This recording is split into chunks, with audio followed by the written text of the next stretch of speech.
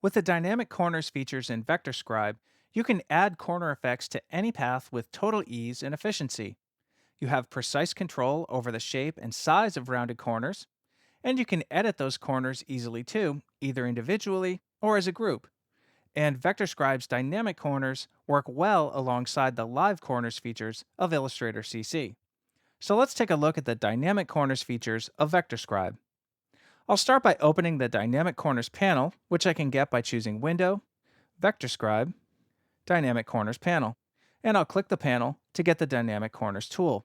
And the controls here are similar to what you get with Illustrator CC's live corners. When I move my cursor over a corner of an object, I see a preview of a rounded corner. The radius of this corner is the number that I see in the panel. And I can change it if I want before I create the corner. So I can go to the panel and change 100 pixels to 50 pixels, go back over the corner, and I can see the change. I can also use the panel to choose the style of a rounded corner, and there are three choices. Regular corner, which is a typical rounded corner. Negative corner, where the corner is rounded towards the center of the object. And chamfered corner, which is a straight beveled edge. I'll select rounded, and there are several ways that I can add rounded corners. With an object selected, I can click Apply to Selection to round all the corners. I'll undo that. And to apply rounding to individual corners, I can click on them one at a time, and again I'll undo. Or I can hold the Option key or Alt key on Windows and drag my cursor over them. Or I can hold Option Shift and drag over any portion of the frame to round all the corners. When I move my cursor over a radius point, I see the radius of the rounded corner. And also note that this is how dynamic corners look when they're selected. The corner is bold, and you can see these 3 points. And when I drag on any of the points or the corners themselves, I can resize them.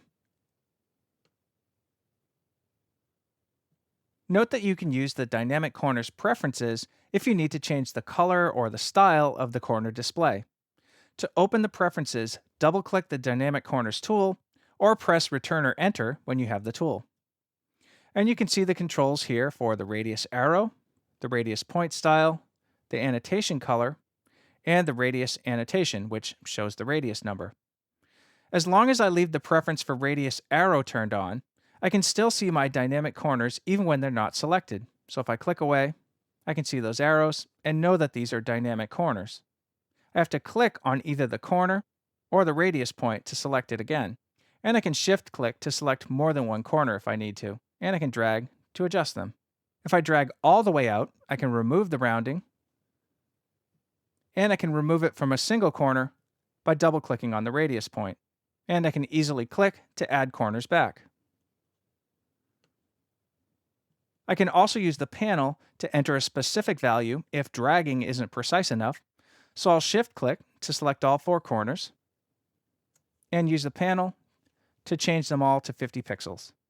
Next, let's look at the method controls in the panel. With these, you can change the shape of your dynamic corners. True radius means the corner will always have a circular shape because the distance from the radius point to the corner is constant. Standard is similar to what you'd get when Illustrator's round corners effect, and it's also like the relative rounding option in Illustrator's live corners. Now you won't notice any difference between these two methods when you're dealing with a corner that's 90 degrees, but when the angle is much greater or smaller than 90 degrees, you'll notice a big difference. So let's start with true radius. I'll delete this object and take the pen tool, and I'll draw out a couple of angles. One that's larger than 90 degrees, and I'll remove the fill, and one that's smaller than 90 degrees. Then I'll click on both corners with the Dynamic Corners tool. And notice how the corners in this case are circular arcs, and the distance is always the same to the radius point, and that's the distance that I see here in the panel. Now let's make copies of these paths by switching to the Selection tool and Option or Alt dragging down. Then get the Dynamic Corners tool again, click to select the corners, and change the method to Standard. Notice how the distance to the radius point is not constant in these ones, and for the angle less than 90 degrees, the standard rounded corner is much smaller than the one that I created with the true radius method. And for the angle greater than 90 degrees, the standard corner is larger than the one that I made with the true radius method. Next, let's see how you can use dynamic corners alongside Illustrator CC's live corners. I'll select all these angles and delete them. And if I draw out a star and click on it with the direct selection tool, I can see these live corners controls. I can either select an individual point and drag its control, or I can select the whole path and drag on any of the controls to round all the corners equally. In the control panel, I can see the corner radius, and I can click to see the corner style and the rounding method. And these are very similar to the options you get with dynamic corners. I can also take the Dynamic Corners tool, hover my cursor over any of Illustrator's live corners, and click to convert it to a dynamic corner. But it's a little tricky sometimes to go from a dynamic corner back to a live corner. If I switch back to the direct selection tool and I try to drag, Illustrator sees the corner as up here, and I don't get much of a result. So I'll undo. And this is because there's a fundamental difference between live corners and dynamic corners when I use the true radius method in the dynamic corners. You can see it if I switch back to the Dynamic Corners tool and click away from the star. The arrow here is pointing to a point that was created when I converted this corner from a live corner to a dynamic corner. But if you look at Illustrator's live corners, they always exist in between points. So the addition of the point in the middle of the converted curve really confuses the live corner feature. But if I really wanted to convert back to a live corner, it's easy to do so with the help of the PathScribe tool, which is also part of VectorScribe. We'll cover PathScribe in detail in a later movie, but for now, let's just show the panel by choosing Window, VectorScribe, PathScribe Panel, and I'll take the PathScribe tool and click on that one point that was created by the Dynamic Corners tool.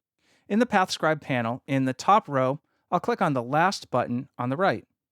This is the Smart Remove Point feature, and it will preserve the shape of the rounded corner as it removes the point. And now I can click again with the direct selection tool and work with this as a live corner. And finally, let's see how you can convert Illustrator's round corner effects into dynamic corners.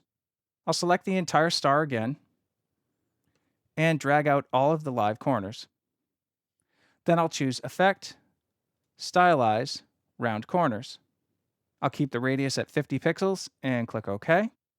And to convert this effect to dynamic corners, all I have to do is click to make sure the whole path is selected, and then in the panel, get the Dynamic Corners tool, enter a radius of 50 pixels, choose the standard method, and click Apply to Selection. And now I have dynamic corners instead of an effect. So as we've seen in this movie, the Dynamic Corners features in VectorScribe are simple to use and powerful. They give you precise control over the size and shapes of your corners and allow you to work intuitively and efficiently.